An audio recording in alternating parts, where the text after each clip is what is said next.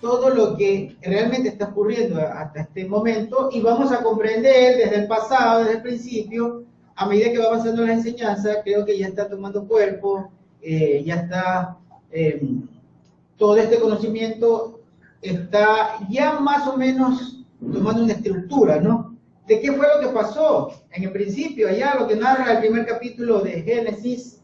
¿Qué es lo que ha acontecido según han hablado los profetas? Y ¿qué es lo que deparó para este tiempo, según lo que dijo Yeshua y Juan el Bautista, Juan, el discípulo amado, ¿no? El que escribe la carta, las 3 cartas de Juan y el Evangelio de Juan, ¿no? Entonces, yo creo que en un tiempo no muy largo vamos a tener un entendimiento total de qué fue lo que pasó realmente desde el principio, desde Bereshit. Y esta es la serie de enseñanza que estamos llevando con el hermano Marcelo Espinosa, que pues espero que cada día se entienda mejor. El hermano pues con vasto conocimiento de la historia universal, de los acontecimientos en cuanto al desarrollo de los gobiernos, de los imperios, inclusive hermanos, en la física cuántica, con todo el estudio que el hermano ha venido desarrollando 10 años, es importante, ¿no? Todo el proceso realmente dado en la historia, no solamente los hechos políticos, sino que hay fenómenos, sucesos que narran los medios de comunicación hoy en día y que a través de muchos investigadores, tanto de la ufología, de la historia, de la política, lo han venido ya anunciando al mundo, pero cada uno con un pensamiento dividido, cada uno con un pensamiento propio. Usted oye a un ufólogo y el ufólogo no tiene idea de lo que realmente pasó. Simplemente ellos narran el suceso que están investigando. Si usted escucha a un político, obviamente le va a hablar con relación a su pensamiento en cuanto a lo que ellos entienden. Si usted escucha a un catedrático, pues el catedrático le va a dar específicamente lo que él está tratando de enseñar. Y así en todos los pensamientos, ¿no? El pensamiento filosófico y todo lo relacionado al gran abanico de pensamientos que hay en el mundo individualmente, les digo. ¿Qué es lo que hemos tratado de hacer en este ministerio? Tratar de tomar toda esa información, analizarla, filtrarla, y de cada uno de estos investigadores focalizar lo que realmente tiene relación desde el Génesis hasta ahora, que cuando se va con un pensamiento individual, pues realmente no se lo puede entender. Pero cuando nosotros recopilamos y lo llevamos al contraste con la escritura, con todo lo dicho por los profetas, por todo lo anunciado por el Eterno, nos damos cuenta que realmente se dijo antes de que suceda y hoy nosotros vamos a dar el entendimiento, ¿no? Eso es lo que estamos haciendo con esta serie de enseñanzas. Bien, entonces, en cuanto a lo que nosotros cada día estamos tratando de llevarle como información, hermanos, es que desde el principio nuestro Padre creó, luego de un desorden que hubo en la primera parte de la creación. Nosotros decimos la primera parte porque no conocemos otra historia, pero desde la primera parte de la creación de nuestro Padre, cuando se narra el capítulo 2 de Génesis, que dice que la tierra estaba, usa la palabra allá, ¿no? El verbo de existir. La tierra estaba, dice en el versículo 2 del primer capítulo de Génesis, la tierra estaba. Pero, ¿en qué estado? Tohu y Bohu, dice en hebreo. Es decir, estaba desordenada y estaba en un caos. Se había vuelto un caos y estaba, dice, vacía por el caos, ¿no? Entonces, esto nos lleva a pensar que nuestro Padre jamás hace algo en desorden. Por lo tanto, pues, necesariamente, alguien la desordenó porque su creación debe haber sido perfecta desde el principio. Si alguien la desordenó, pues eso, digamos, tiene un conocimiento, ¿no? Que a nosotros nos toca dilucidarlo a través de todo el desarrollo del estudio de la Escritura. Bien, queremos saludar a todos los hermanos que están ahí en transmisión, desde España a Estados Unidos y pues muchos lugares de América. están reunidos nuestro hermano Luis Fernández, que está también en transmisión. La verdad no sé si está en Quito o en Chile, porque el hermano pensaba viajar a Chile, bueno, pero ahí están los hermanos, también en el sur de América, desde Paraguay, Panamá, bueno, muchos lugares del mundo. Bien, entonces ya para adelantar, porque realmente tenemos hoy bastante material, y voy a tratar de ser lo más corto posible, porque el hermano Marcelo también va a intervenir luego con el tema. Él va a dar otra parte que nos puede ayudar a comprender más, ¿no? Entonces, vamos a el título de la enseñanza. Habíamos ya anunciado hablar respecto de la cizaña, ¿no?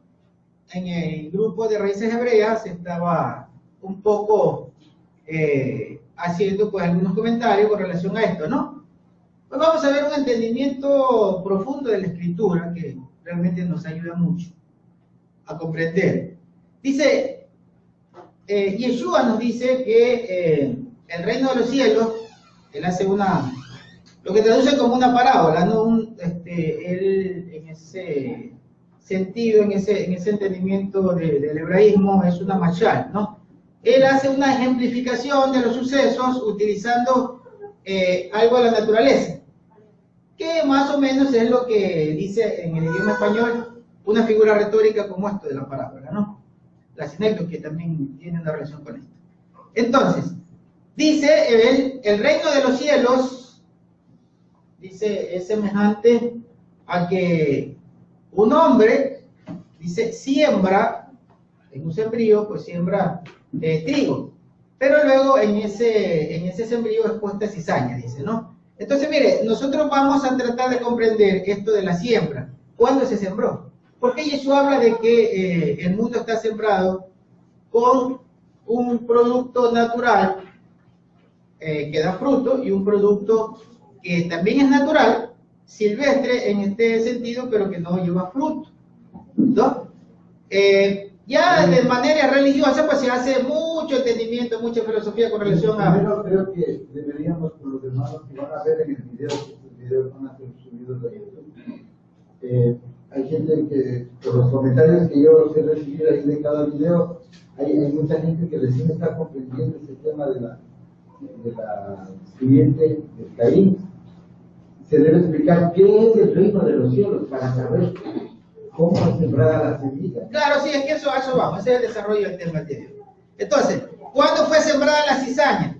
Porque mire, Yeshua o Jesús, porque muchos cristianos van a ver este video también. Cuando Jesús habla esto de la siembra, o sea, utiliza un sistema agrícola, es porque realmente hasta ese punto, si hablara el día de hoy, capaz que utiliza otro ejemplo. Es muy posible que utilice otro tipo de ejemplo, pero en ese momento generalmente la vida era desarrollada como fuente, digamos, general, la agricultura, ¿no? Entonces era lo más visible y el ejemplo más sencillo de tomar, ¿no? Y más fácil de explicar. Por eso toma este sistema agrícola. Usted ve, por ejemplo, que dice, cuando dice, ustedes ya son limpios por la palabra, le dice, ustedes son como un árbol que ya está podado, ¿no? Porque era lo que sabían, era más fácil explicarlo de esa manera, ¿no? Hoy en día, pues imagínense, con tanto conocimiento, seguramente iba a escoger otro tipo de ejemplo. Bien, ahí hay una imagen. Está el trigo y la cizaña. ¿Ustedes le ven diferencia? Excepto el color. ¿Ah? No hay diferencia, ¿cierto? Son exactamente iguales. ¿Cuál es la diferencia?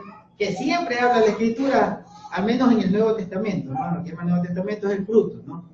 O sea, el fruto es la diferencia entre los dos.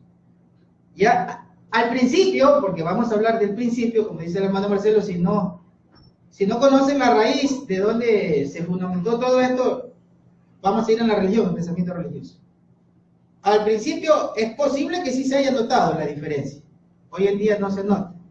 Hoy en día, Yeshua dice en el libro de Mateo capítulo número 7 parece que es, 7:14 creo que es, o el 14, bueno, pero dice en el libro de Mateo, ustedes quieren conocerlos.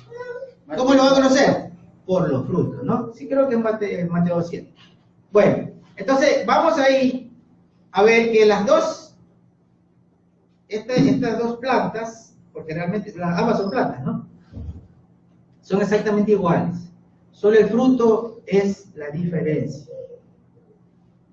Entonces, empecemos. ¿De dónde sale la enseñanza? Mateo 13:24. Dice, les presentó otra parábola diciendo, el reino del cielo es como un hombre que sembró buena semilla en su campo. Pero mientras dormían los hombres, vino su enemigo y sembró cizaña entre el trigo y se fue. En el tiempo de Yeshua, él ya no les iba a explicar qué sucedió desde un inicio, porque hasta ese punto no se había perdido la historia, hermano. Hasta ese punto no se había perdido la realidad de lo que había sucedido. Por eso abiertamente Juan, en la carta de Juan, él habla y dice que los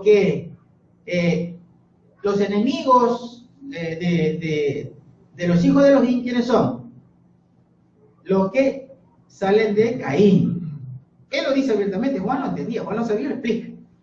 Entonces, Yeshua ahí no iba a perder el tiempo explicando lo que nosotros cada día le venimos explicando. ¿Por qué? Porque estos 2000 años, después de Yeshua, alguien se encargó de quitar esa información y colocar en su lugar una información fantasiosa, religiosa, filosófica, mentirosa.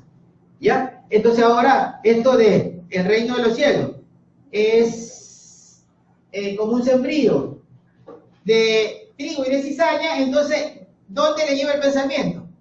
Les conducen a que, el que está en la iglesia, el que busca a Dios, ese es el trigo. Y el que está fuera de la iglesia, ese es el que no busca a Dios, y ese es la cizaña. Ese es el pensamiento que siempre dicen, ¿no? Sobre la cizaña y el trigo. El que está en la iglesia, el que es amigo de la iglesia, el que le sirve a la iglesia, el que le parece bien al pastor, este viene a ser el trigo. Y el que es renuente a eso, cizaña. Es decir, Manuel, el hermano Marcelo, Cristian, todos los que estamos aquí, que salimos de alguna organización religiosa, nos volvemos cizaña para ellos, ¿no? Ese es el pensamiento religioso respecto al trigo y la cizaña, no tiene nada que ver. Bien, entonces, dice Yeshua, está hablando de que el hombre dice, él está haciendo una ejemplificación. Ahí hay un hombre que tiene un lote de terreno, va y siembra trigo, buena semilla, sembró. Pero dice, bueno, luego los custodios, los hombres, dice, se durmieron, no se dieron cuenta que vino un enemigo y le sembró cizaña. Ok, iban a crecer ahí, la cizaña, iba a crecer también el trigo. Entonces, ¿dónde se inicia el origen de esto? Porque Yeshua, ya le digo, está hablando ahí, no se nos explica porque ellos ya lo sabían. Pero nosotros necesitamos la explicación. ¿Sí? El mundo religioso necesita la explicación de esto, porque no la comprende. ¿Sí? Y Yeshua por eso levantó a todos sus discípulos y le dijo a ellos, hagan discípulos y discípulos, ¿para qué? Para que eso no se pierda. Lamentablemente, el sistema de la bestia, a través de organizaciones, se dieron la tarea de ocultar toda esta información. ¿Por qué? Porque a ellos no les es favorable que el mundo sepa esta información. No les es favorable, hermano. Porque el día que el mundo despierte a que esto es una realidad, todos vamos a estar alerta y vamos a estar analizando cada evento que sucede y no vamos a creer en todo lo que nos plantean, porque vamos a saber que es una farsa. Una farsa. Marcia. En el tiempo de Yeshua, este conocimiento nosotros podemos demostrar de que sí tenía Yeshua, porque cuando en el Talmud Jonatán, que el Talmud es una serie de escritos que se leían en la sinagoga y son paráfrasis en arameo, el Talmud Jonatán, de las escrituras. Ellos tenían conceptos muy claros y relacionados al libro de Enoch, a lo que nosotros hoy vemos en el libro de Enoch. Y en el tiempo de Yeshua ya estaba escrito el libro de Enoch. O sea, ya estaba compilado, porque se compiló los 200 años antes. En el tiempo de Yeshua había varios Targum, Claro, el Talmud Jonatán es el que más se leía, y en ellos se lee claramente como estas partes eran muy específicas en hablar de la semilla de Caín. Sí. Sí, ese conocimiento había, o sea, ahí no. Por eso Yeshua no explica ampliamente porque él sabe que todos conocían esta historia. Pero bueno, vamos nosotros a aprender de esto. Entonces, vamos a Génesis capítulo 4, versículo número 25. Hemos venido haciendo, en esta serie de enseñanzas, les hemos demostrado a través de la escritura que lo que sucedió entre entre Eva, a la cual Adán la llamó la madre de los vivientes, de los que viven, de los que tienen vida. Por eso es Java significa madre de los vivientes. Vemos que lo que sucedió entre Java o Eva y la famosa serpiente, que no era una serpiente, una hash, un ser, un viviente, dice él, ¿no? Un ser que tenía vida, que lo que sucedió ahí fue lo que luego ella le dice al Eterno, ¿no? Él me sedujo, el Nahash me sedujo y yo disfruté. Y que luego de eso, el capítulo 4 narra que cuando Adán la tomó a Eva, cuando la conoció sexualmente, dice que ella dio luz, ¿no? Y que el primero que salió fue Caín. Pero nosotros seguimos el análisis y nos damos cuenta que Caín no está entre las genealogías de Elohim, que ahora vamos a ver una pista más. Ya, ese conocimiento ya lo tenemos porque lo hemos estudiado, si lo traía se nos amplía más el tema, pero bueno, yo se lo recuerdo, pero hay otra pista respecto de eso. Vamos a Génesis capítulo 4, versículo 25. Génesis 4, 25. Y por cierto, si mal no recuerdo, este verso lo encontraron en la Cueva del Qumran, ¿no? 4:25 de Génesis dice: Adán volvió a unirse a su esposa y ella dio a luz un hijo. Eso traduce, yo le traje una traducción que se supone, esta revisión la hizo un hermano que es maestro de hebreo. Pero aquí hay un problema que siempre se los voy a decir. Podemos ser peritos en el idioma, pero si no tenemos el contexto de la escritura, de Génesis hasta Apocalipsis, créeme que vamos a hacer una mala interpretación. Mire cómo se traduce aquí. Adán volvió a unirse a su esposa y ella dio a luz un hijo y lo llamó Set. Y Set dice que significa dado.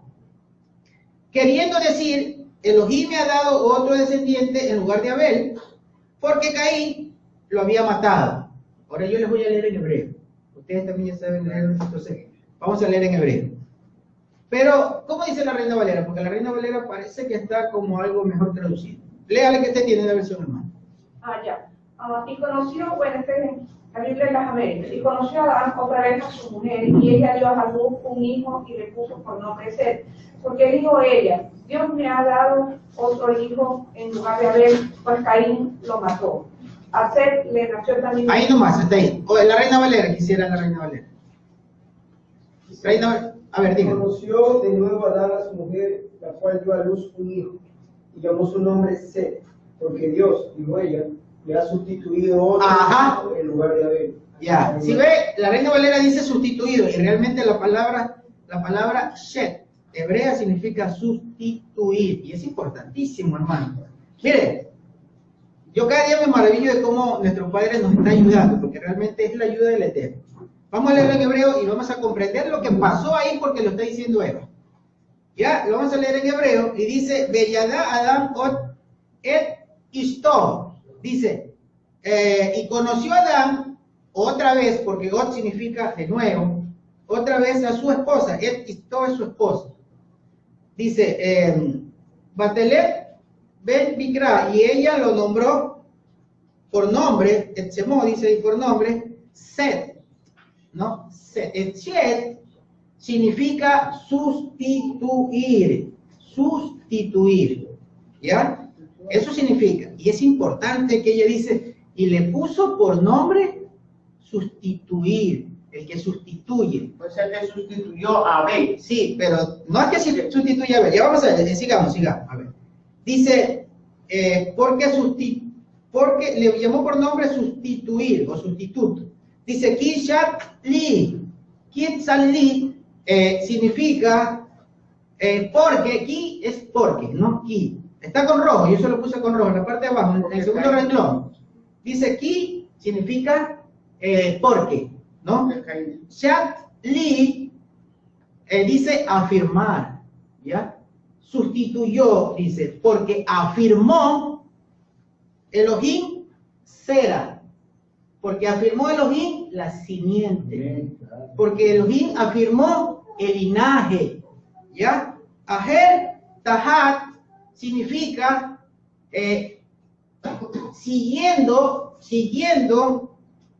después de Abel, porque, aquí dice aquí, porque lo mató Caín, Jarabó Caín, porque lo mató Caín, ¿ya?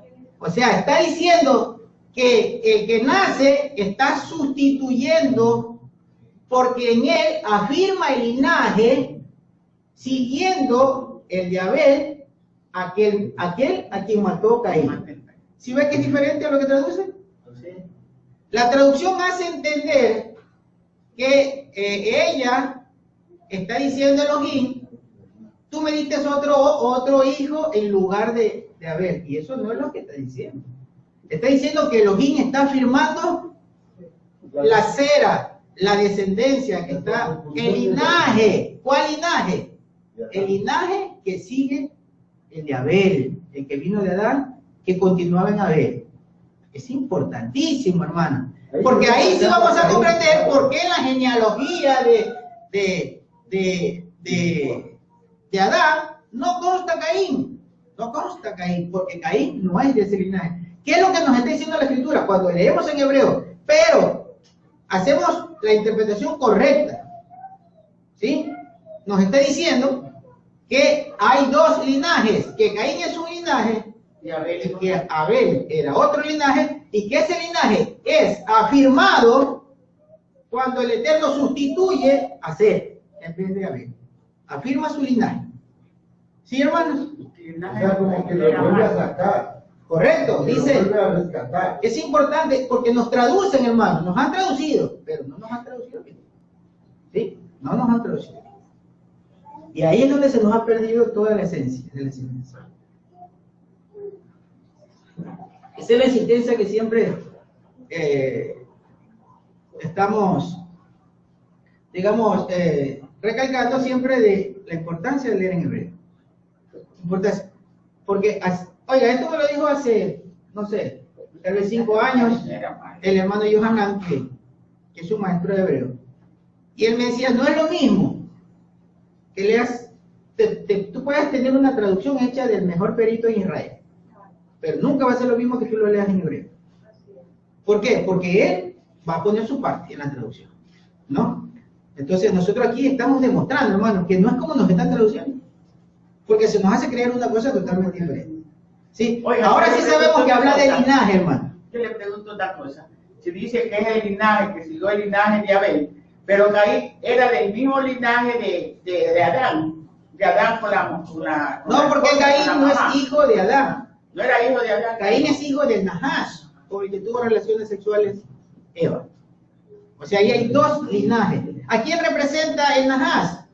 Si Nahash significa agorero, significa brujo, significa hechicero, ¿a quién está representando? Está representando el linaje del mal, de los ángeles caídos que practicaban estas cosas, ¿ya? Entonces aquí hay dos linajes. Entonces, ¿cuándo se sembró? Dice Caín y Abel conoció a Adán, a su mujer Eva, la cual concibió y dio a luz a Caín. Correcto, pero eso es lo que... Pero era hijo de Eva también. Claro, de Eva sí, pero no de Adán. No ¿Y quién da paso ¿quién da paso? A la simiente es Adán. Es Adán. Correcto. Bien. Es que si fuese así como interpreta la Biblia, que es una barrera que está leyendo la hermana, si fuese así, debería contar en Mateo y Lucas la genealogía de Caín. Correcto. Porque ahora primogénito, si no consta. No consta. O sea, tenemos toda la Biblia que le hace frente a ese verso que le acaba de leer mi hermana. Entonces ya sabemos que por la Torá, 2 o más testigos necesitamos para comprobar un hecho cierto. Correcto. Entonces vemos que ese verso que leyó la hermana es aumentado, adulterado por la Iglesia Católica. Bien, ahora, entonces, nosotros estamos viendo que se nos dice que dónde, o la pregunta es cuándo fue sembrada la cizaña, ¿no? ¿Cuándo fue sembrada esa cizaña? Porque Yeshua nos está hablando que el reino de los cielos es eso. Se sembró la cizaña. A ver, ¿cómo entonces se sembró la cizaña? Nosotros estamos viendo que hay dos linajes. Cuando creó, ordenó al Eterno todas las cosas, porque cuando se nos narra en el libro del Génesis, dice que estaba desordenada la tierra, y nuestro Padre comenzó a ordenar, todo lo comenzó a ordenar, y crea, en el capítulo número 2, crea al hombre, ¿no? Crea al hombre a imagen y a semejanza de Elohim, lo crea, le da una forma, dice, ¿no? Bará y Axar, le da una forma y le da un modelo, a su imagen y a su semejanza. Entonces, esa es la buena semilla de la que habla Yeshua, dice, y te voy a hacer una ejemplificación. Siembra la buena semilla. ¿Quién fue la buena semilla? Fue Adán. Esa fue su buena semilla. ¿Por qué? Porque nosotros sabemos que Adán fue hecho para ser obediente, fue hecho para ser perfecto, fue hecho para vivir eternamente. Entonces era la buena semilla. Una vez viene el ángel caído, viene ese Nahash, ese ser que aparece ahí en el Edén, y trastorna el pensamiento de Eva. Eva cae, hace caer a su esposo, y entonces en ese sentido ellos se contaminan. Luego es sembrado una cizaña. ¿Quiénes se durmieron? No fue Elohim, porque Yeshua dice, el hombre siembra una buena semilla en su campo, pero los hombres se durmieron. En este caso, ¿quién? Adán y Eva. O sea, se adormecieron, ¿sí? Entraron en ese letargo y se dejaron contaminar. Y permitieron que se siembre la cizaña. Ahí se siembra la cizaña.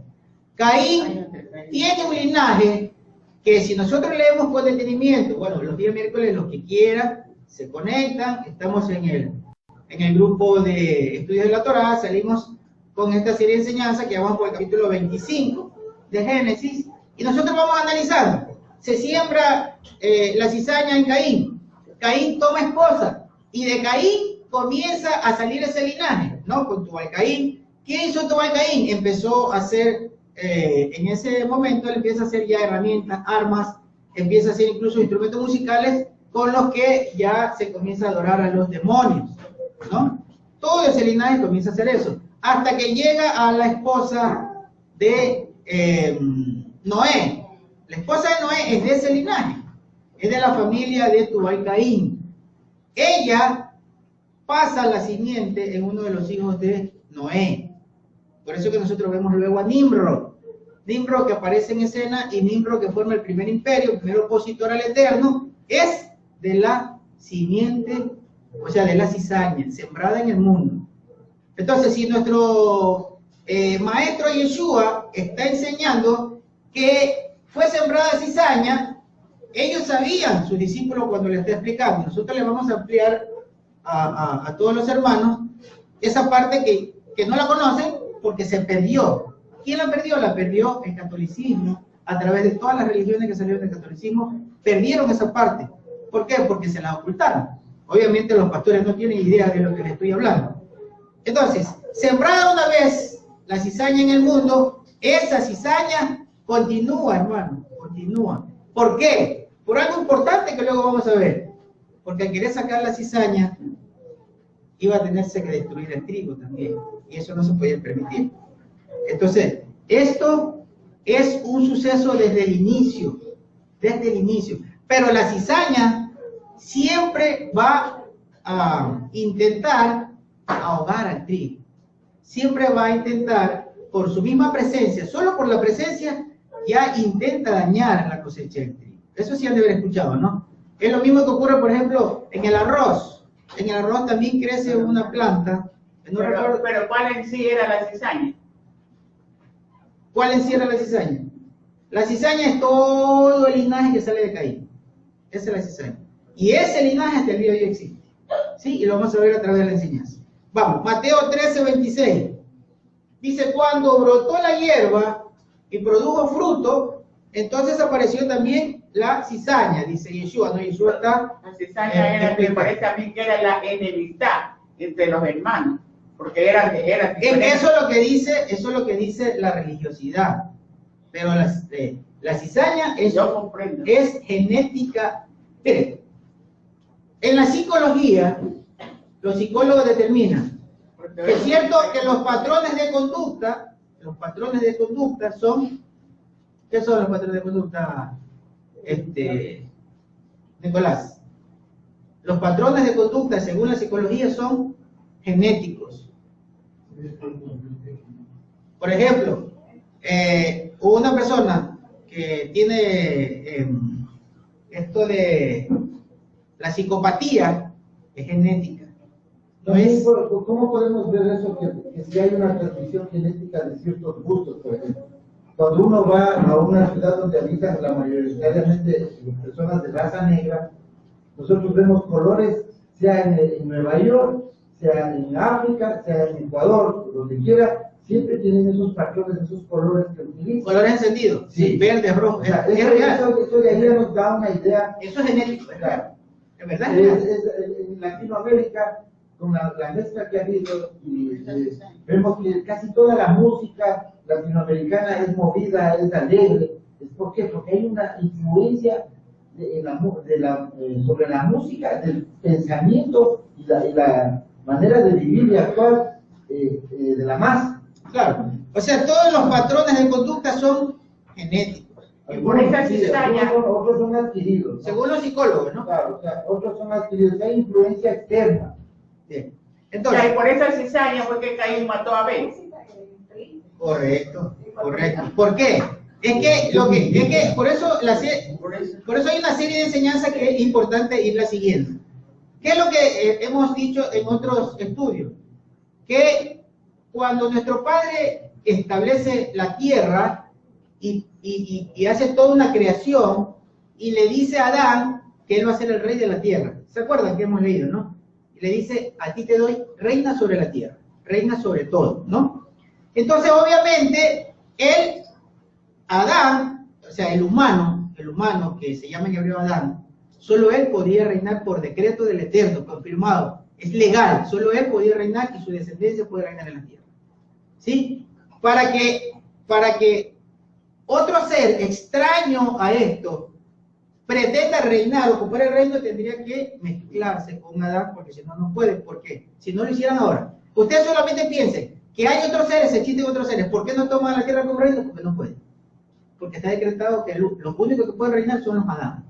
O sea, hay un decreto universal. Universal, que ellos sí no lo van a traspasar, porque saben que el Eterno no lo permite.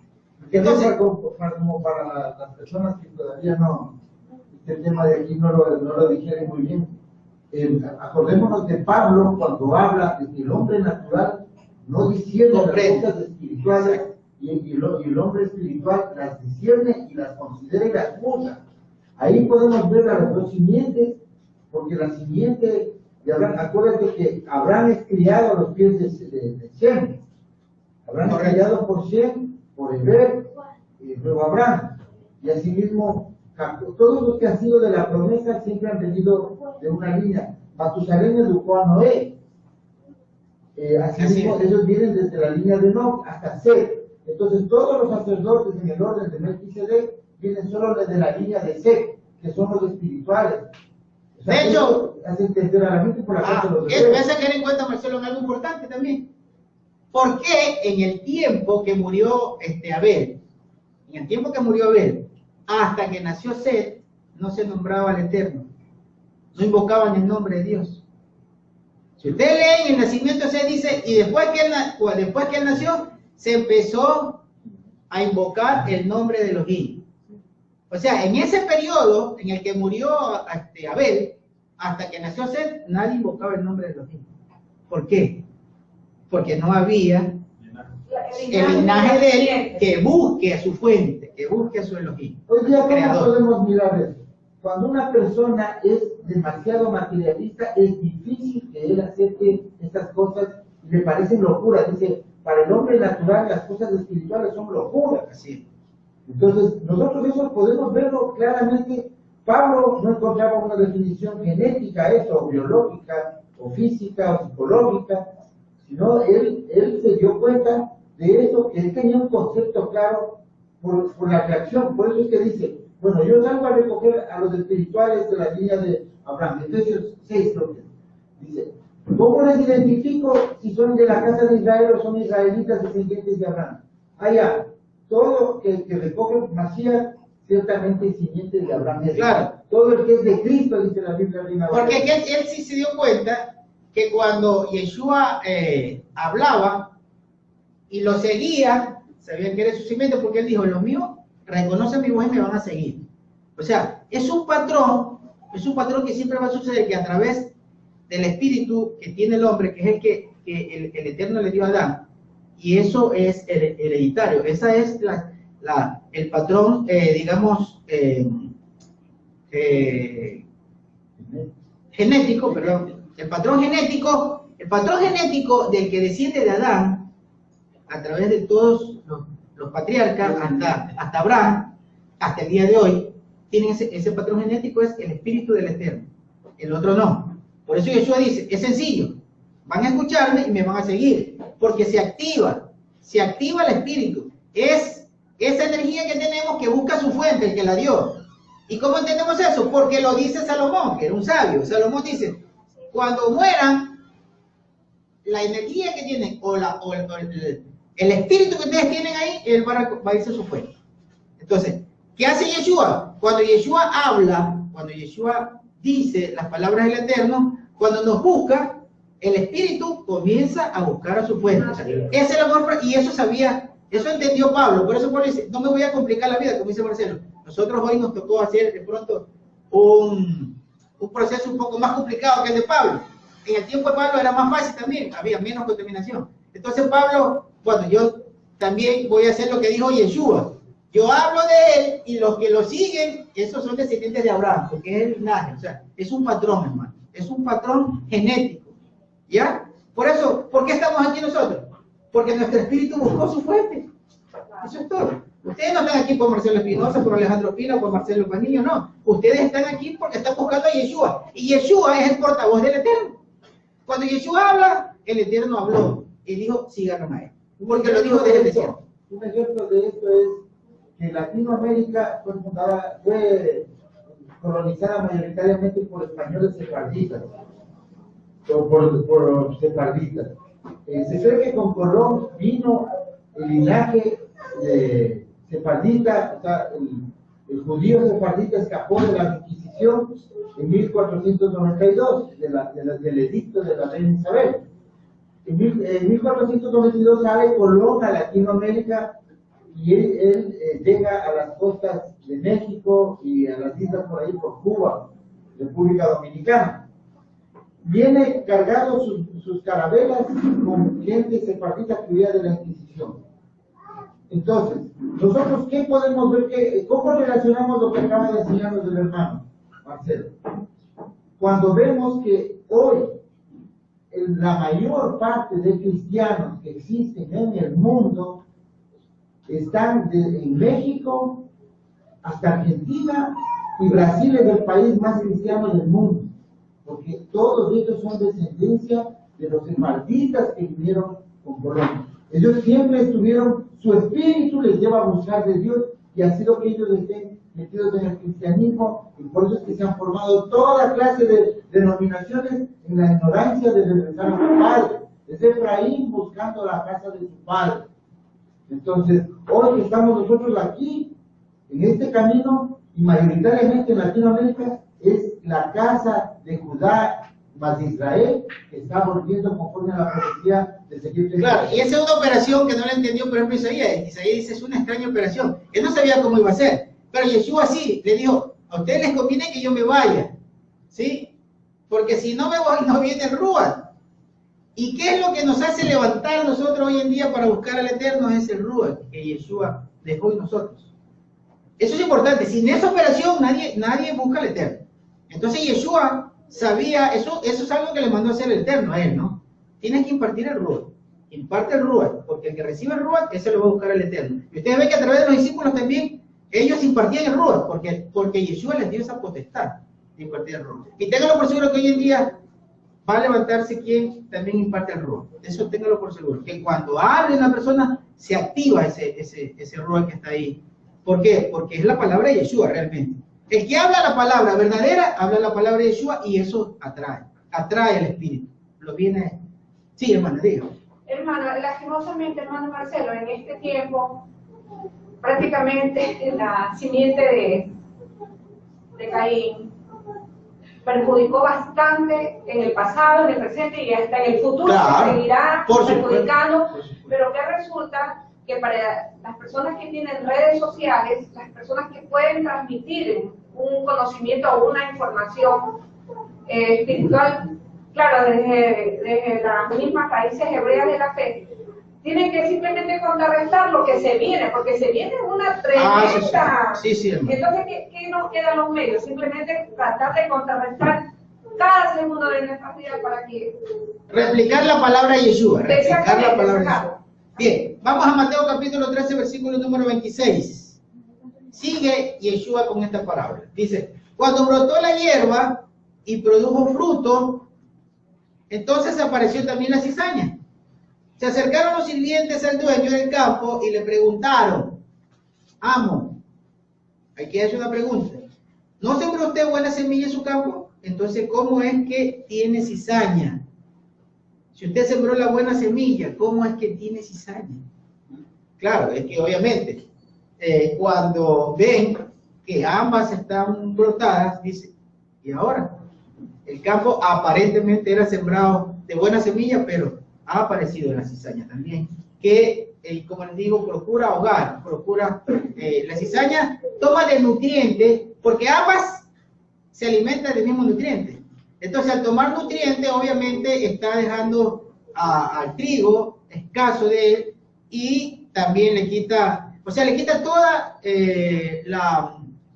digamos, el sistema fotosíntesis interviene esta cizaña, y entonces estorba a que el producto bueno cumpla su función hasta llegar a la cosecha. Ahora, pero esto ocurre, ¿por qué ocurre? Como ya les expliqué, porque los que tenían que velar para que esto no suceda, en este caso, Adán, que tenía que instruir a su esposa en esto, y tenía que estar vigilando a su esposa, no cumplió con su misión. Por eso dice Yeshua, porque los hombres se durmieron, ¿no? Entonces le sembraron la cizaña.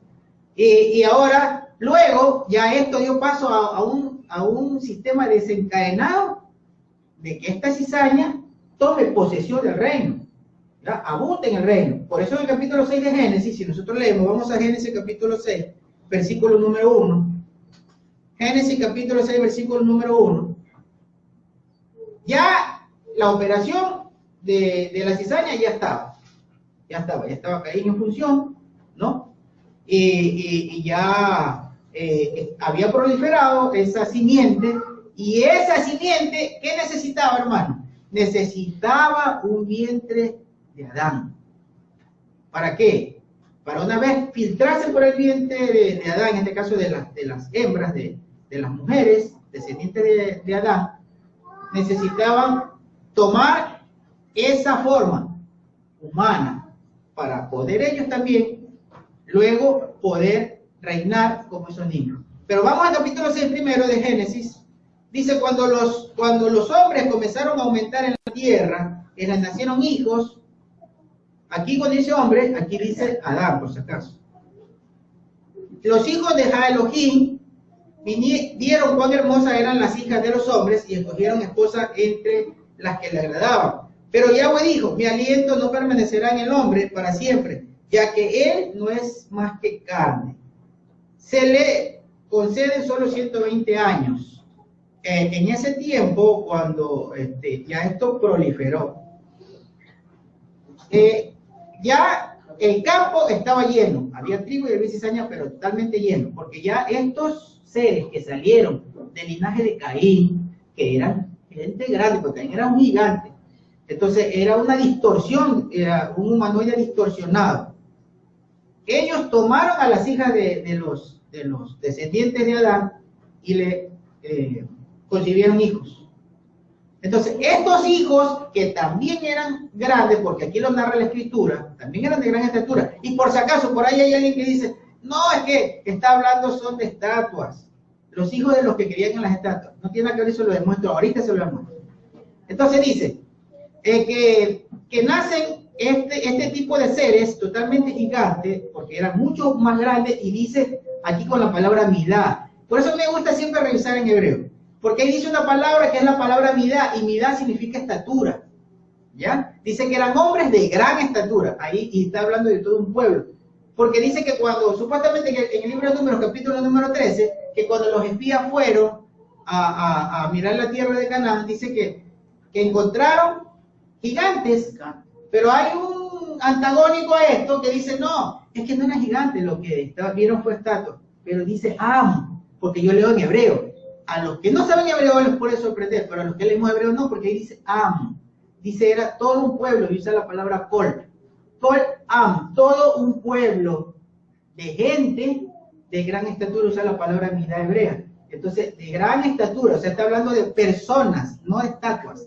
Eran personas de gran estatura. Y también dice, cuando repite en Bamidbar, en Devarim, repite en Deuteronomio, repite Moisés, en el primer capítulo de Deuteronomio, recuerda todo esto y dice, cuando nosotros entramos a esa tierra, encontramos gente de gran estatura, eran gigantes, usa la palabra Nefilín. Y también dice, eran de la descendencia de los hijos de Aná.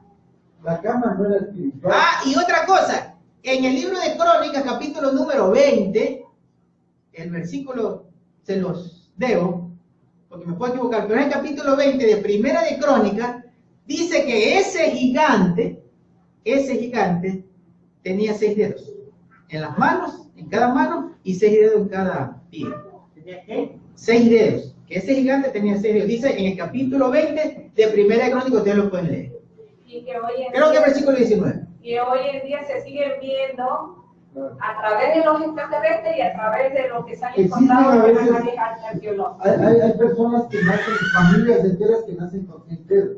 Podría haber ahí algo de eso. Es una transmisión genética. Y otra cosa que es evidente y no se refiere más que a un ser, que cuenta que una de las camas de un rey. Correcto, el libro de los reyes dice. Sí, dice que tenía. ¿Ah? El rey Oh, También Deuteronomio y en los reyes también hay. tenía 4 metros. Correcto. 4 metros o sea, esto equivale, una persona de la estatura de él equivale a que se comía un cordero solito diario. Podría haberse comido 200 hamburguesas como almuerzo. Recuerdan, creo que fue la semana Yo hice pasada. un video de esto y una comparación. Recuerdan la semana pasada, creo que fue, no sé si fue este miércoles, que vimos que decía que le llamaban los terroríficos, ¿se acuerdan? Claro. Ah, Eran ellos. porque daban terror solo Y de también ver. eran caníbales. ¿Ya? Entonces, ocultar esto es más difícil que aceptar. Es más difícil ocultar. ¿Ya? O sea, no eran caníbales porque ellos se comían a los hombres. ¿No? Caníbal quiere decir que se comen a los de la misma especie. Claro. Ellos eran cazadores. Por eso el Eterno dice, enviaré a los pescadores. Y si no quiere venir Efraín, enviaré a los cazadores. Y ahí es donde viene la simiente de Caín, el nuevo orden mundial, descendiente de los cazadores, que van a atormentar en los 3 primeros años de la gran tribulación. Entonces, mire, dice acá, versículo 3 de Génesis 6, dice, pero Yahweh dijo, mi aliento no permanecerá en el hombre para siempre, ya que él no es más que carne, se le concederán 120 años, ¿por qué? No es que el hombre va a vivir solo 120 años, porque de pronto alguien viva 125 años, sino que dice, en ese momento le va a dar un tiempo de 120 años a esa generación de la que él está hablando, que ya se había contaminado, se había mezclado esta raza con la simiente de Adán, los linajes se habían mezclado, entonces quería acabar con todo esto. Entonces le voy a dar un tiempo de 120 años.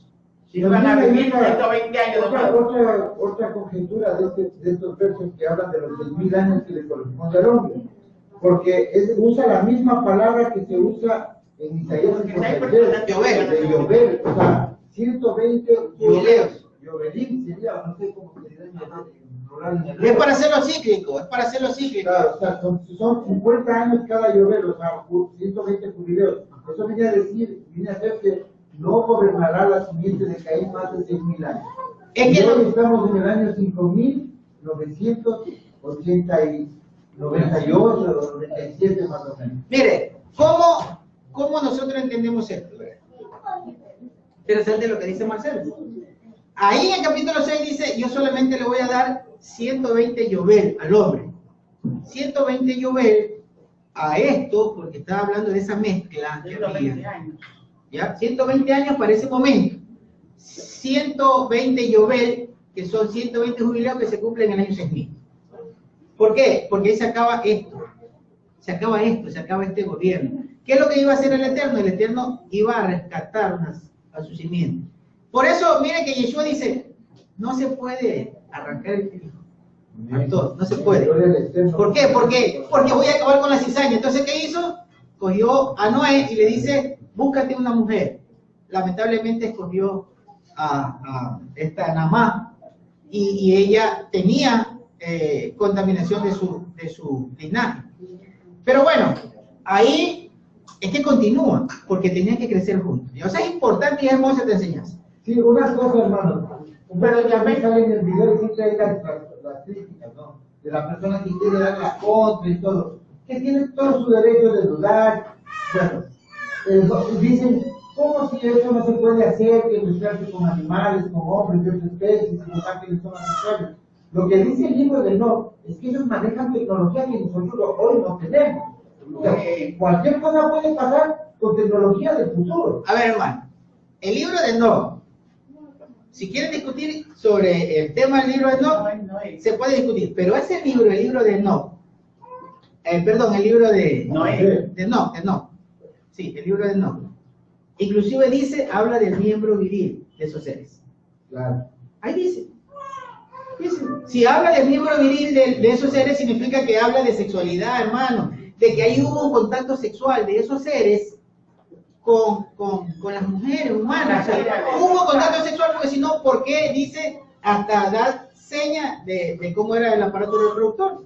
Dice que era similar al de un Y además vemos que tomaron cuerpo, a muchos ángeles del Eterno mismo tomaron cuerpo. O sea, esa condición espiritual, de alguna extraña forma, para nuestro entendimiento, puede tomar cuerpo. Claro, ellos pueden comer, pueden hacer funciones. Ellos manejaron la ingeniería genética y llevaron al punto. Hoy en día, ustedes ven los avances que nosotros vemos que ya existía desde ese tiempo, manejados por ellos. Nosotros vemos la ciencia hoy en día crea muchas cosas. ¿Acaso no han creado clones? De los bebés que hicieron. Han creado muchas cosas. Y cosas que nosotros, o sea, que han salido a la luz y lo que no sabemos. Lo que está oculto. Que yo te aseguro que el 10% está a la luz y el 90% está oculto y muchas cosas deben haber escondido por ahí. Entonces, bueno, pero nosotros vamos a la escritura, porque es a través de la escritura que tenemos que enseñarles, ¿no? Entonces dice que 120 años iba a ser para esa generación en ese momento. En esos 120 años, ¿el qué iba a ser? También lo dice el libro del Sefer Yazar, que iba a permitir que toda la simiente que vino de Seth, ¿no?, del hijo de Adán, ya termine su vida, para que no vea todo el mal que el Eterno iba a traer sobre toda esta gente perversa que se había mezclado. Entonces, cuando murieron todos Matusalén, bueno, toda esa línea, entonces quedó solamente Noé, que era un justo. A Noé lo metió en el arca, le dijo es un arca, lo metió en el arca y acabó con todo, ¿no? O sea, que él prometió acabar con todo. Con todo, correcto. Entonces, vamos a continuar la lectura. Vamos al versículo 4 de Génesis 6. Fue entonces, y también más tarde, cuando aparecieron los Nefilim. ¿Ya? Por ahí quiere decir, no, que los Nefilim, que son unas estatuas gigantes, hermano, gigantes. Personas de alta estatura, lo dice la Escritura, y me puedo sentar con cualquiera que me diga que no es. Lo podemos discutir, y le demuestro que habla de personas de gran estatura. Entonces dice, fue ahí, cuando dice fue ahí que aparecieron, es cuando las hijas de los hombres, las hijas de Adán, tuvieron mezcla con estos seres, con estos Nefilim. Entonces dice que en ese momento, dice, fue entonces cuando aparecieron los Nefilim, los gigantes en la tierra, cuando los hijos de Elohim habitaron con las hijas de los hombres. Es claro, cuando cohabitaron, cuando tuvieron cópula, cuando tuvieron coito también creo que se dice, ¿no? Cuando tuvieron relación sexual. Ahí aparecieron estos seres gigantes, ¿ya? Quienes le dieron descendencia, está hablando de una cera, de una simiente, ¿ya? Ellos fueron los héroes de antaño, los hombres de renombre, porque imagínese usted, pues, una persona, un hombre de por ahí, no sé, 3 metros de estatura, la impresión y el miedo que causa, y ellos dominaron. Ellos fueron los hombres de renombre porque fueron los que dominaron. Nimrod fue uno de ellos y Nimrod dominó. Fue un gigante y dominó, le tenían terror, ¿ya? Entonces aquí al final le puse la palabra que Dice la Escritura para hablar de gran estatura, mirar. ¿Ya? Por eso, cuando nosotros leemos, alguien puede venir y nos puede sorprender si no conocemos el hebreo. Pero como nosotros ya conocemos, no nos van a sorprender. Porque sí nos damos cuenta qué es lo que dice. ¿Sí? Entonces da la palabra mirá, que habla de estatura y habla de personas, de un pueblo. Ahora vamos otra vez a Yeshua. Mateo 13, 28. Entonces ya vemos, ¿cuándo aparecieron los gigantes? Cuando se mezclaron las mujeres, Las hijas. eso, las hijas de los hombres, de las hijas de Adán, con los hijos de Elohim. ¿Quiénes son ellos? Los creados por Elohim. O sea, esos ángeles, esos seres, los Nahash.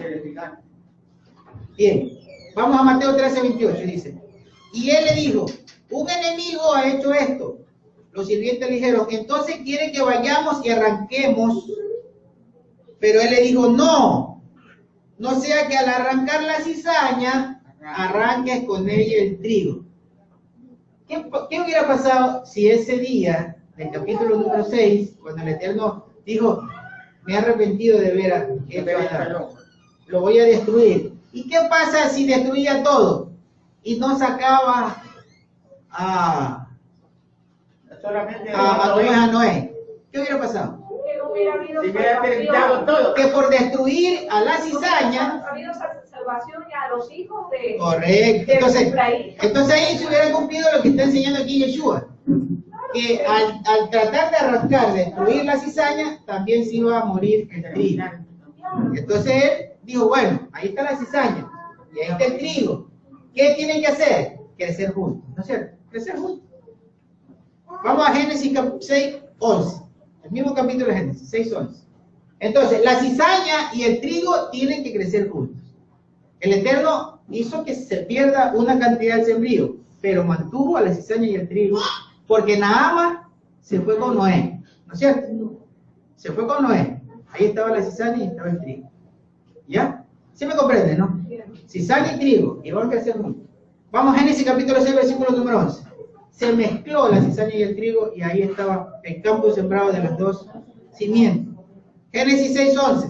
La tierra se corrompió delante de Elohim. La tierra estaba llena de injusticia. Cuando Elohim vio cuán corrompida estaba la tierra, porque toda la tierra se había corrompido en su conducta sobre la tierra, Elohim le dijo a Noé, he determinado poner fin a todos los humanos, porque la tierra está llena de injusticia por culpa de ellos. Los voy a destruir con la tierra. Entonces, bueno, pero se cumplió la esencia de lo que dice Yeshua. Se mantiene el trigo y se mantiene la cizaña para que no sean destruidos juntos. Vamos al Génesis 16, 5. Génesis 16, 5, y vamos a ver dos episodios, dos cosas que sucedieron, dos hechos que sucedieron, donde vamos a ver que el trigo y la cizaña son sembrados juntamente y siempre es un patrón. Mire que siempre va a ser un patrón siempre. Génesis 16, 5. Y Sara le dijo a Abraham, el mal que se me ha hecho es culpa tuya. Yo misma puse a mi servidora en tus brazos. Ahora que ella ve que está encinta o que está embarazada, yo he quedado rebajada en su estima. Que Yahweh decida entre tú y yo. Mire, una vez más un error, ¿no? Se siembra el trigo y la cizaña. Entonces, Abraham tiene un hijo o hace que conciba una egipcia. ¿Ah? Una egipcia. Porque su esposa se la dio.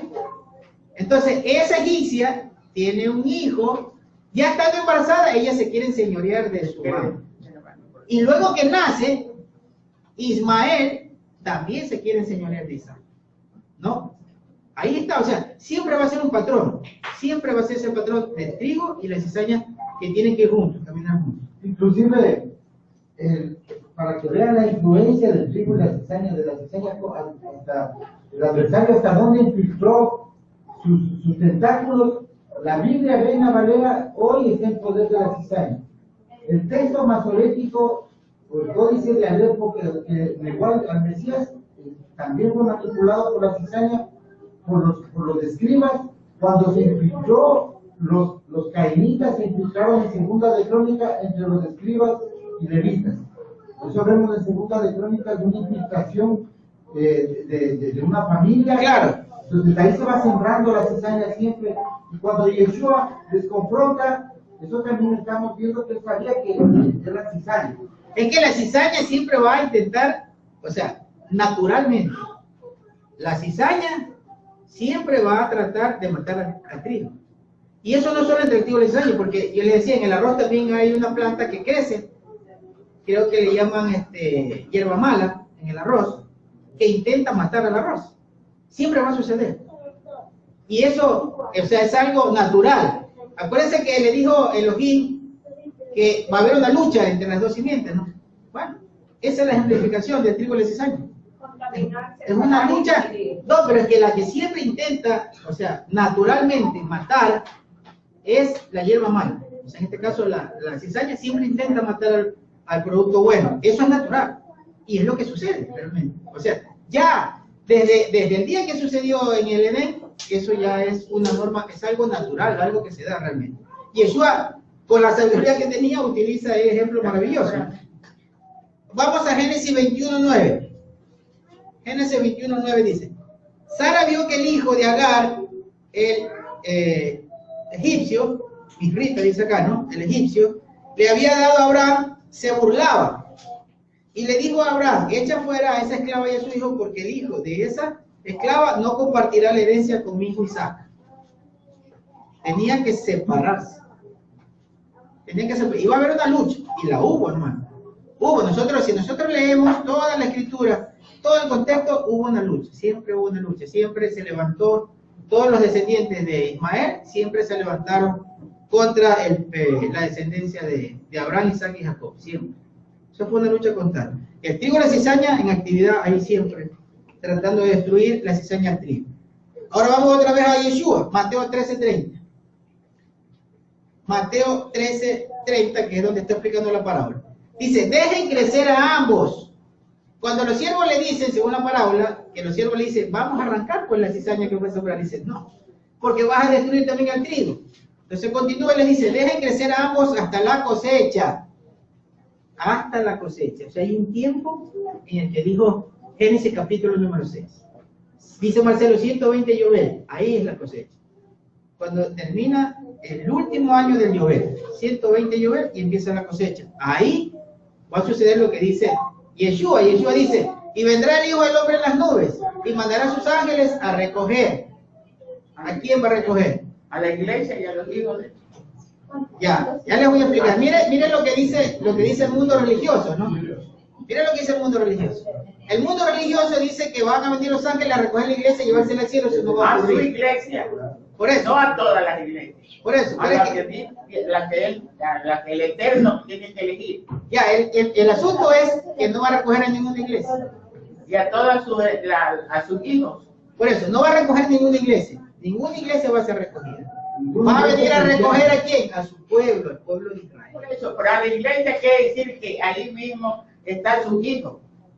A los que vamos a abrir el entendimiento al concepto que dice la Escritura. No a lo que nos dijeron los pastores, sino a lo que dice la Escritura. ¿Ya? La Escritura dice en Jeremías 31, versículo número 31 al 34. Jeremías 31, del verso 31 al verso 34. Dice, renovaré mi pacto con la casa de Judá y con la casa de Israel. Ahí no dice como una iglesia. Con la casa de Judá y con la casa de Israel. Dice, en aquellos días, en los postreros días, ¿no es cierto? Dice, pondré mi Torah en su corazón, la escribiré en su mente, y ellos serán mi pueblo, y yo seré su Elohim. Y no habrá nadie que le enseñe a su hermano, conoce a Yahweh, porque ellos ya me conocerán en ese proceso. Entonces, ninguna iglesia conoce el nombre de Yahweh, ninguna iglesia tiene la Torah, ninguna iglesia practica la Torah, entonces no pueden ser recogidos no están dentro del pacto. Entonces dice Pablo, en el capítulo número 11, en el capítulo número 9 también de Romanos, que para quién es la promesa para el pueblo de Israel. Dice, porque ellos son dueños de la promesa. Ellos son dueños de la promulgación de la palabra del Eterno. O sea, que el pueblo... todos los viene a recoger a todos los que cumplieron con sus mandamientos. Eso es otra cosa. Pero ¿quiénes cumplen con los mandamientos? Solo los que conocen los mandamientos. ¿Quiénes cumplen con los? Los que conocen. Por ejemplo, hoy usted está conociendo la Torá. Usted sabe que tiene que guardar los preceptos de la Torá. Esos son los mandamientos del Eterno. Pero ninguna institución religiosa conoce la Torá. Entonces, si no conoce la Torá, no los pueden cumplir porque no la conocen. O sea, no es que no quieren cumplir. Si no la conocen, no la pueden cumplir, lamentablemente. Pero hay tiempo todavía. Es que está, escúcheme, hay tiempo es que está todavía, ejemplo, la mayoría ya no sigue lo que es como decir la ley. En el tiempo de la ley, que es el Antiguo Testamento, sino que ya está bajo la gracia de Dios porque Cristo murió por nosotros, por todo el mundo, para librarnos de los pecados. Entonces ya fuimos librados de los pecados, ya fuimos, como decir, ya somos libres de ese pecado. Ya, pero fíjense que ya fuimos es que eso limpiados porque murió Jesucristo. Ya, espérense. Eso dice por nuestros pecados. Eso dice el sistema religioso. Ya fuimos salvos. Eso dice salvos por gracia. Sí, sí. Eso dice el sistema religioso, ¿no? No, pero el yo sistema no religioso lo dice la Biblia. No dice. Mire, lo dice la Biblia. Yo le digo una cosa. Ya fuimos salvos por gracia. Por gracia soy salvo. Sí. Pero no nos dice a nosotros. ¿En qué carta está eso? Por gracia soy eso salvo. está en el libro de Romanos está eso. Ya. El libro de Romanos, yo le pregunto. ¿El libro de Romanos para quién fue escrita esa carta? La carta de los romanos, ¿para quién fue escrita? Para los israelitas de Roma. Fueron para los israelitas, y en el capítulo número 1, versículo número 7 de la carta de los romanos dice, les escribo a ustedes porque conocen la ley. ¿Ya? O sea, no le está escribiendo a nadie que no conozca la ley. Capítulo 1, versículo número 7, les escribo a ustedes que conocen la ley. Entonces ahí a ellos le dice, por gracias, ustedes son salvos. El capítulo número 9 le dice, solo tienen que confesar que Yeshua es el hijo de los hijos. ¿Por qué? Porque ya conocían la ley. Él le dice, porque ustedes ya conocen la ley, lo único que necesitan es reconocer a Yeshua. Pero yo no le puedo decir a alguien que venga, a ver, venga usted solamente parece aquí al lado mío, confiesa que Jesucristo es el hijo de Dios y que va a ser salvo. No, porque falta lo que dice el capítulo 1, versículo número 7, que dice, porque ustedes conocen la ley. Yo tendría que decirle a él primero conoce la ley, y después reconoce que Yeshua es el hijo de los hijos, ahí vas a ser salvo. ¿Sí ven? Que esa es la diferencia, ¿no? Eso es cuando no se conoce. Y le voy a decir otra cosa. En el mismo libro de Romanos, capítulo número 3, versículo número 25, dice, porque Jesucristo murió por los pecados pasados. Y eso lo escribió hace 2000 años. O sea que murió por los pecados pasados de 2000 años para atrás. No por los míos, no. Él no murió por mis pecados porque yo no había nacido. ¿Qué me salva a mí de mis pecados el día de hoy? Regresar a la Torá. Cuando yo regreso a la Torá y reconozco que Yeshua es mi maestro, y que Yeshua me lleva a los y que Yeshua me está enseñando que cumpla la Torá, entonces soy salvo. Ahí sí. Pero Yeshua murió para reconciliar al pueblo que se perdió hace 2000 años. Y el de ahora. Para reconciliar.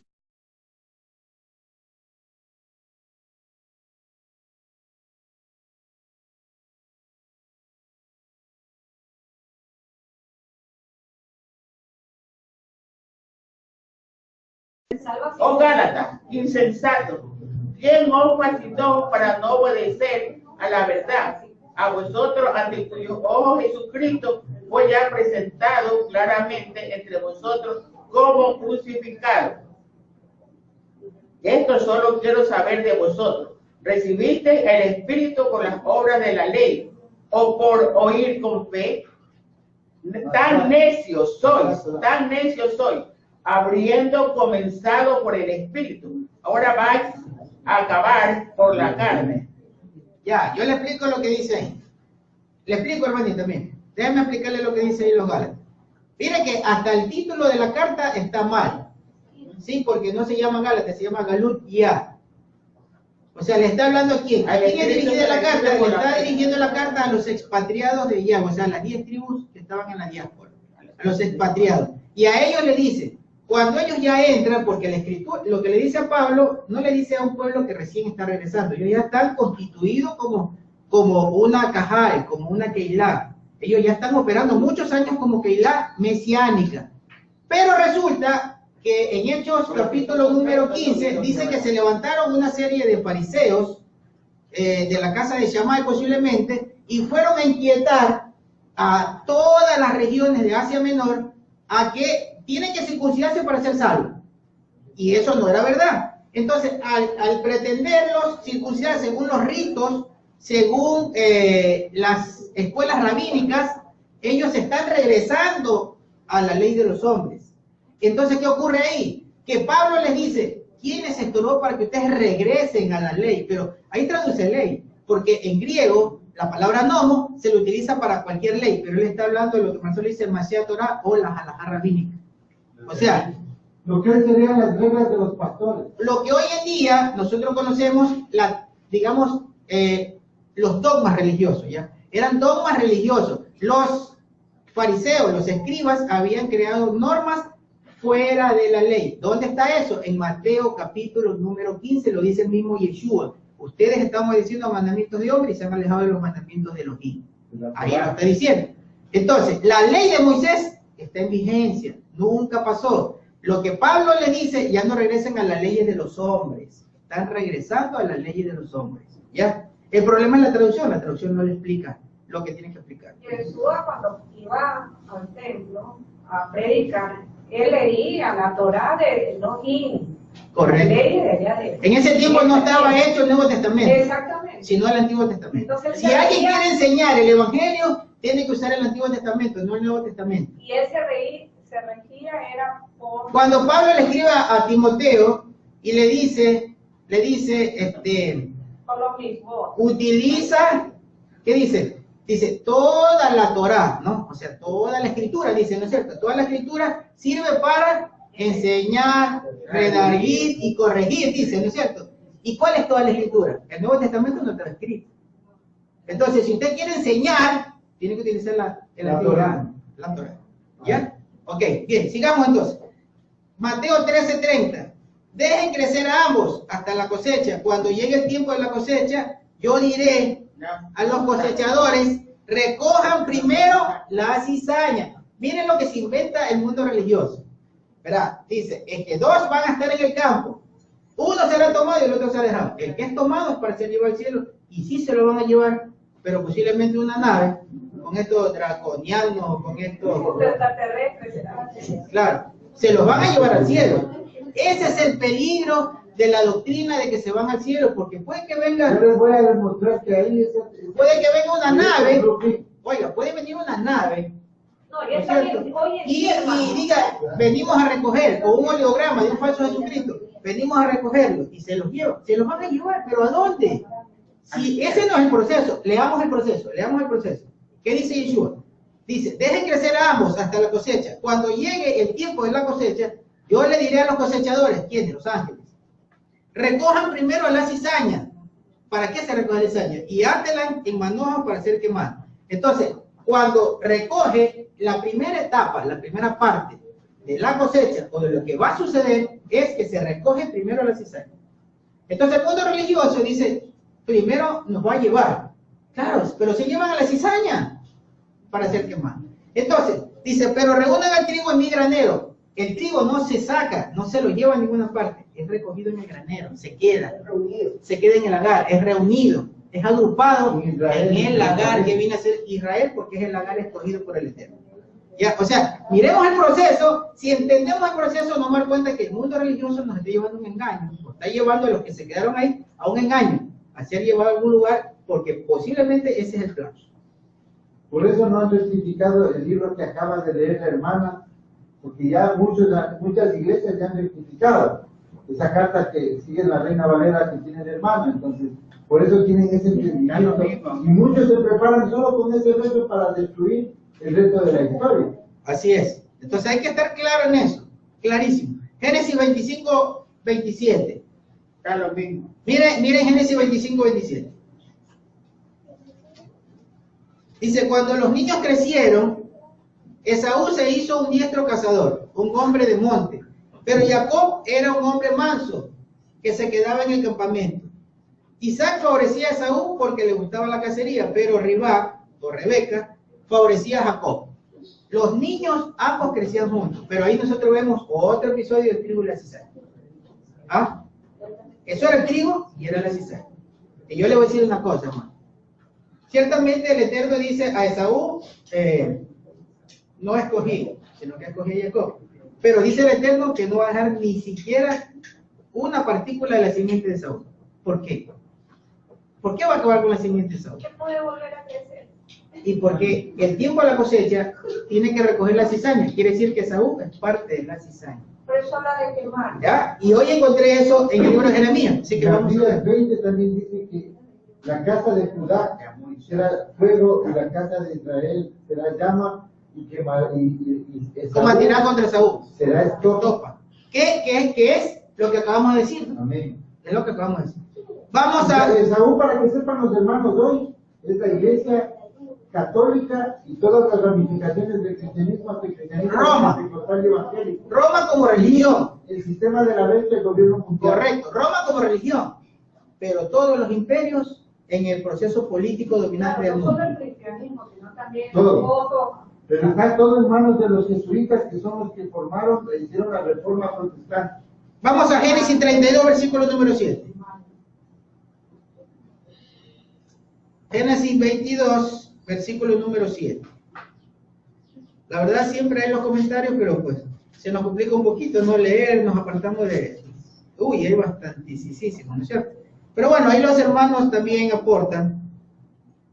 Siempre ayuda a ese mensaje. Sí, lo que pasa es que a nosotros, al leerlo, pues ya nos vamos, y si hay alguna explicación que darse, nos complica el resto, ¿no? Bien, vamos. Génesis 32, 7. Miren cómo es el tema de Saúl. Dice, los mensajeros regresaron, Jacob estaba regresando ya de la casa de Labán, y se iba a encontrar con Esaú, pero miren lo que ocurría. Los mensajeros regresaron a Jacob, diciendo, fuimos donde tu hermano Esaú. Él mismo viene a recibirte. Qué alegría, no diga, ay, mi hermano viene a recibirme. Pero mire con quién viene.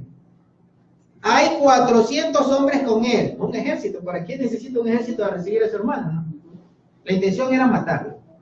Esa fue la intención. Si nosotros leemos en Sefer Yazar, dice que Esaú fue y pidió a otros príncipes de la localidad para que le ayuden a matar a Jacob.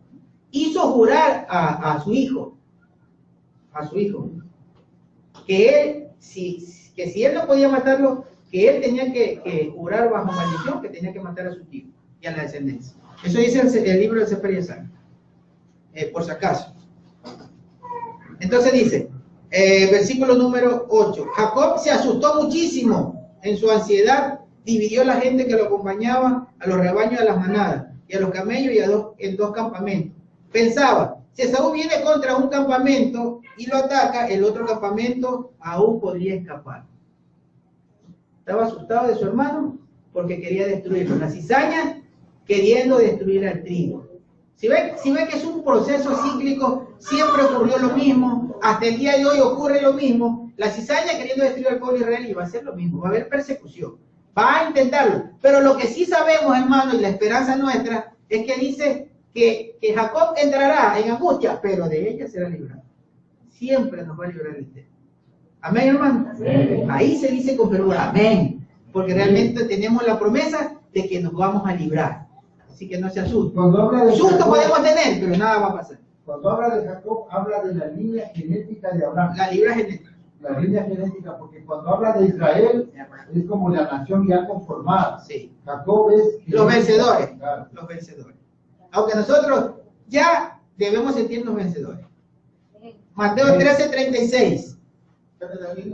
Entonces dice Mateo 13:36. Entonces una vez despedida la multitud, volvió a casa y sus discípulos se acercaron diciéndole, explícanos la parábola de la cizaña del campo, porque realmente estuvieron bastante turbados ese tema de la enseñanza. 2000 años todavía sigue las personas turbadas con eso, ¿no? Explícanos la parábola de la cizaña del campo.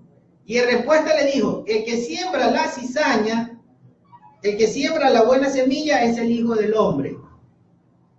Adán, porque ahí en la traducción dice el Hijo del Hombre, pero si leemos en hebreo, o sea, él habló en hebreo, él dijo Adán, ¿no es cierto? Ese es el que tiene la semilla buena, Adán. ¿Ya? Por eso es importante el hebreo, ¿sí ven? Ahí sí vamos a entender lo que le estoy diciendo. Y eso él le dice, a ver, explícanos la palabra de acá. El humano. Le dice, claro, el Adán. Ese es la semilla buena, el Adán. El que no es Adán, ese no tiene. O sea, entonces, si él dice que el Adán es la semilla buena, es porque hay otro, porque no es Adán, ¿o no? Si no, ¿para qué hace tiempo diciéndole? El que tiene la semilla buena es un Adán. Ese es semilla buena. El otro no es. O sea que hay otro que no es Adán. Dice, esos son los hijos del reino, dice.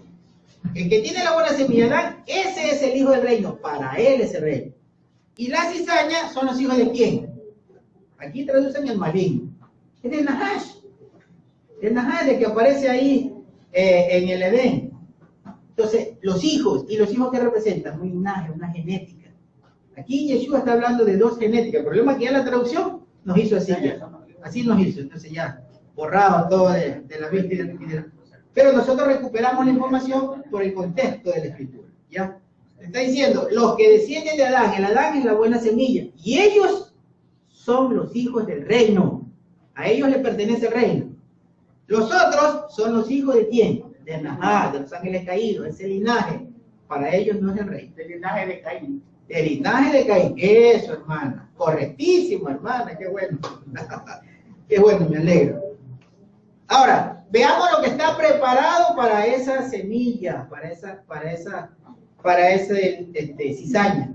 ¿Ya? Que hoy en día la representa Esaú. Esaú se abanderó ya de la cizaña en el mundo. Y miren lo que dice el Eterno por boca del profeta Jeremías. Jeremías 49:7. Con esto termino ya, que venga el hermano Marcelo con la artillería pesada. Jeremías 49:7.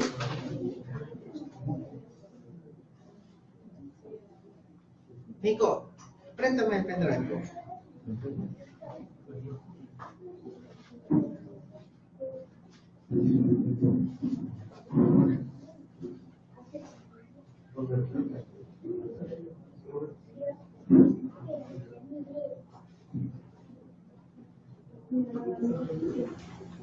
Gracias. Bien, a ver, vamos a, les dije, Jeremías, capítulo 49, versículo número 7.